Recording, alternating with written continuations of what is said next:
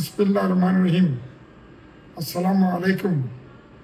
আমার প্রিয় চট্টগ্রাম মহানগরের ও চট্টগ্রাম ৮ আসনের সম্মানিত নেতৃবৃন্দ ও চট্টগ্রাম ৮ আসনের সম্মানিত প্রিয় এলাকাবাসী, আলহামদুলিল্লাহ আপনাদের সকলের দোয়ায় আমি বর্তমানে সুস্থ আছি। আপনাদের উদ্দেশ্যে একটি কথা, আপনারা বিএনপির মাননীয় ভারপ্রাপ্ত চেয়ারম্যান তারেক রহমানের দেশ গড়ার ৩১ দফা ও ধানের শীষের পক্ষে ঐক্যবদ্ধভাবে রাজপথে কাজ চালিয়ে যান।